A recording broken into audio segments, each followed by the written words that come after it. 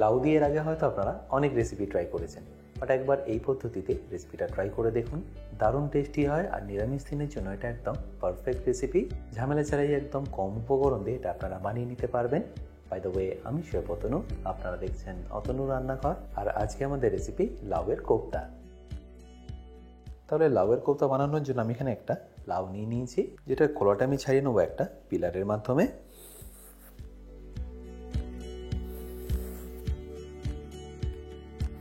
পিলারের মাধ্যমে ছাড়াতে দেখবেন এটা বেশ সুবিধাই হয়। আর তাছাড়া আপনারা এটাকে বটি বা ছুরি দিয়েও ছাড়িয়ে নিতে পারে। তাহলে পুরো লাউটা এখানে আমাদের ভালো করে ছাড়ানো হয়ে গেল। এবার লাউয়ের আগার আর ডগার দিকটা আপনাদের হালকা একটু কেটে নিতে হবে। জাস্ট এই মোটার দিকটা এইভাবে বাদ দিয়ে দিন। তারপর ছোটো ছোটো একটু টুকরো করে নিন, যাতে এটা আপনাদের গ্রেট করতে সুবিধা হয়। আর গ্রেট করার জন্য আমি এখানে একটা এরকম গ্রেটার নিয়ে নিয়েছি, যার এই বড়ো অংশটা দিয়ে আপনাদের এটাকে ভালো করে গ্রেট করে নিতে হবে। এখন অনেকটা বেশি মনে হলো, গ্রেট করার পরে যখন দেখবেন জলটা বেরিয়ে যাবে তখন এটা বেশ অনেকটাই কমে যাবে। তাহলে পুরো লাউটা আমাদের এখানে ভালো করে গ্রেট করা হয়ে গেল। এবার দেখুন, এটার মধ্যে এখন মনে হতে পারে আপনাদের একদম জল নেই, বাট এটা প্রেস করলেই দেখবেন অনেকটা জল বেরোবে। দেখুন, আর ভালো করে একবার জলটা বেরিয়ে গেলে এটাকে নিয়ে নিতে হবে আপনার একটা বোলের মধ্যে। এটা থেকে আপনারা যতটা জল বের করে নিতে পারবেন ততটাই আপনাদের কম বেসন ব্যবহার করতে হবে।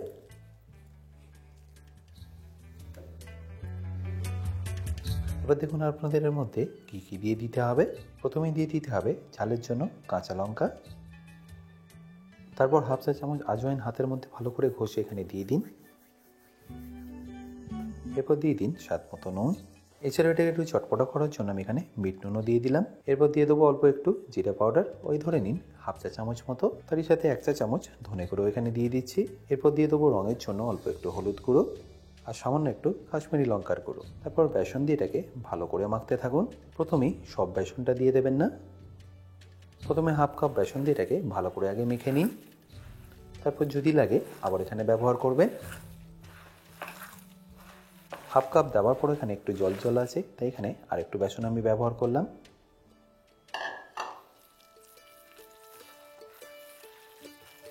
আর পুরো বেসনের সাথে এটাকে ভালো করে মিশিয়ে নেওয়ার পরে দেখুন, এটাকে শেপ দেওয়া খুবই সিম্পল। জাস্ট এইভাবে করলেই দেখবেন এটা একটা গোল শেপ হয়ে যাবে। তারপর এটাকে ডাইরেক্টলি ছেড়ে দিন তেলের মধ্যে। পুরো একটা একটা করে গোল করে এইভাবে আপনারা ছাড়তে থাকুন। ফ্লেমটা এই সময় আপনারা মিডিয়াম টু হাই রাখবেন, তাহলে দেখবেন ভেতর থেকেও কুক হয়ে যাবে আর উপরটাও খুব সুন্দরভাবে ক্রিস্পি হবে। আর একবারে এটাকে ওভারক্রাউড করবেন না, ব্যাচ ওয়াইজই ফ্রাই করে নেবেন। এবারে একদিকটা কালার এসে গেলে পাল্টে দিয়ে আপনারা অপর দিকটাকেও কালার এনে নিন।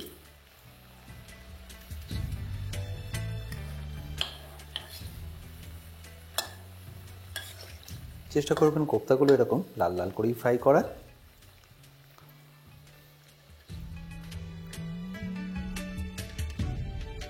দেখুন এটা এখন কত সুন্দরভাবে ফ্রাই হয়ে গেছে, কালারটাও কত সুন্দর এসেছে আর একদম পারফেক্টলি মুচমুচেও হয়েছে। এবার এটাকে আমি তুলে নিয়ে রেখে দিচ্ছি একটা পাত্রের মধ্যে। এবার এই একই পদ্ধতিতে আমি বাকিগুলো বানিয়ে নিচ্ছি।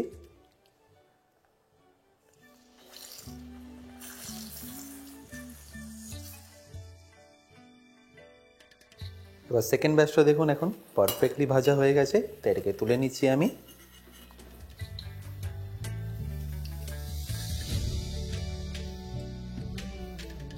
এবার দেখুন আমি আপনাদের এটাকে ভেঙেও দেখাচ্ছি।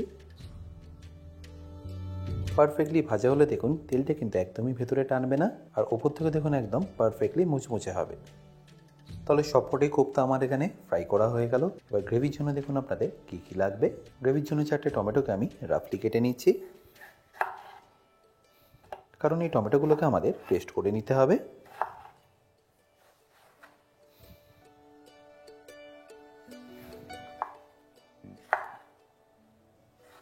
টমেটোগুলো কাটা হয়ে গেলে ডাইরেক্টলি আমি নিয়ে নেব মিক্সি জারের মধ্যে।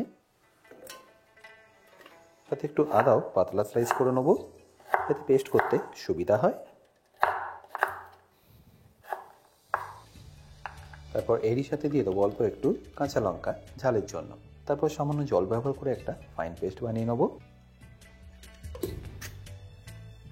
এবার গ্রেভিটা বানানোর জন্য একই তেলটা আমি এখানে কমিয়ে নিয়েছি, আর তার মধ্যে দিয়ে দিচ্ছি কিছু গোটা গরম মশলা। যেমন প্রথমে দিয়ে দিচ্ছি একটা তেজপাতা, তারই সাথে কয়েকটা দারচিনির টুকরো, 7-8টা লবঙ্গ আর 5টা ছোট এলাচ। এই গোটা গরম মশলা থেকে ফ্লেভারটা ছেড়ে দিলে দিয়ে দিতে হবে 1 চা চামচ গোটা জিরে, আর তারই সাথে 1 চা চামচ কালো জিরে। এরপর এরই সাথে দিয়ে দিন 1 কাপ বেসন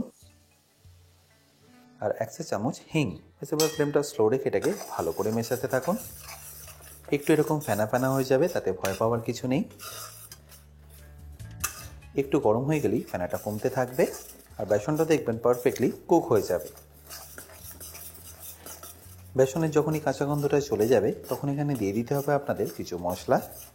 যেমন রঙের জন্য 1 চা চামচ হলুদ গুঁড়ো, তারই সাথে 1.5 চা চামচ কাশ্মীরি লঙ্কার গুঁড়ো এখানে দিয়ে দেবেন, আর তারপর দিয়ে দিন 2 চা চামচ ধনে গুঁড়ো। ব্যাস, এবার এটাকে ভালো করে আবারও মিশিয়ে নিন। যখনই দেখবেন মশলাটা খুব ভালোভাবে কুক হয়ে যাবে তখন এখানে আপনাদের দিয়ে দিতে হবে করে রাখা পেস্টটা। এবার ফ্লেমটাকে লো করে এটাকে ভালো করে মেশাতে থাকুন।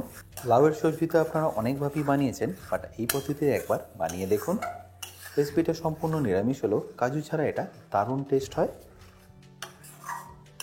আশা করি দেখতেই পাচ্ছেন ঘরোয়া সব উপকরণ দিয়ে আমি এটাকে বানিয়ে নিচ্ছি।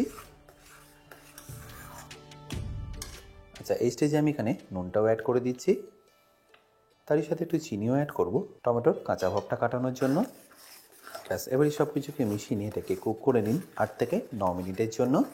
আর এই সময় টমেটোর মধ্যে বেশ অনেকটাই জল আছে, তাই এটাকে ঢাকা দিয়ে আমি কুক করে নেবো।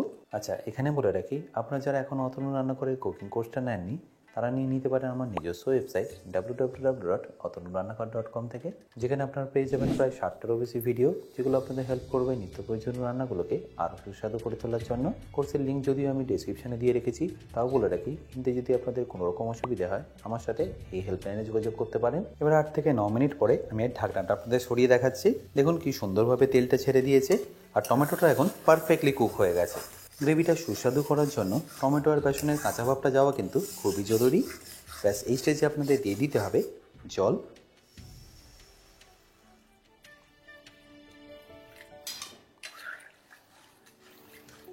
আর জল দেওয়ার পরে এটাকে ভালো করে একবার মিশিয়ে নিন। আর জলটা দেওয়ার পরে ফ্লেমটা আপনারা একদম হাই করে দেবেন যাতে এটা তাড়াতাড়ি ফুটে যায়।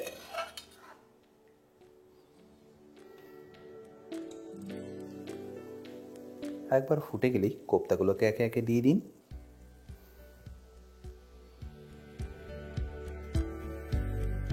আর কোপ্তাটা দেওয়ার পরে ফ্লেমটাকে লো করে ভালো করে এটাকে একবার মিশিয়ে নিন, আর তারপর ওয়েট করুন এটা ফুটে যাওয়ার জন্য। ফ্লেমটা এই সময় আপনারা মিডিয়াম করে রাখবেন, তাহলে দেখবেন 2 থেকে 2.5 মিনিটের মধ্যে এটা একদম পারফেক্টলি রেডি হয়ে যাবে। 3 থেকে 4 মিনিট ফুটে যাওয়ার পরে দেখুন এটা একদম পারফেক্টলি রেডি। এবার এটাকে ফাইনালি ফিনিশ করুন অল্প একটু কাসুরি মেথি পাউডার, খুব সামান্য গরম মশলা, ধরে নিন ওই 1-3 চামচ মতো, তারপর ফাইনালি অল্প একটু ধনেপাতা দিয়ে। ভাত বা পোলাওর সাথে এটা তো খেতে ভালো লাগবেই, এছাড়াও আপনার রুটি বা পরোটার সাথে এটা ইজিলি খেতে পারবেন। ব্যাস, এবার এটাকে আমি গরম গরম আপনাদের পরিবেশন করে দেখাচ্ছি।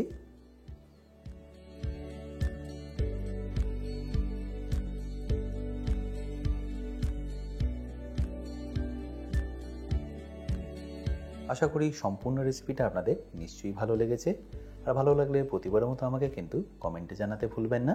বাই দ্য ওয়ে, আমি শেফ অতনু, আপনারা দেখছিলেন অতনুর রান্নাঘর। দেখা হচ্ছে আপনাদের সাথে একটা নতুন রেসিপি নিয়ে নেক্সট এপিসোডে। ভালো থাকবেন, সুস্থ থাকবেন।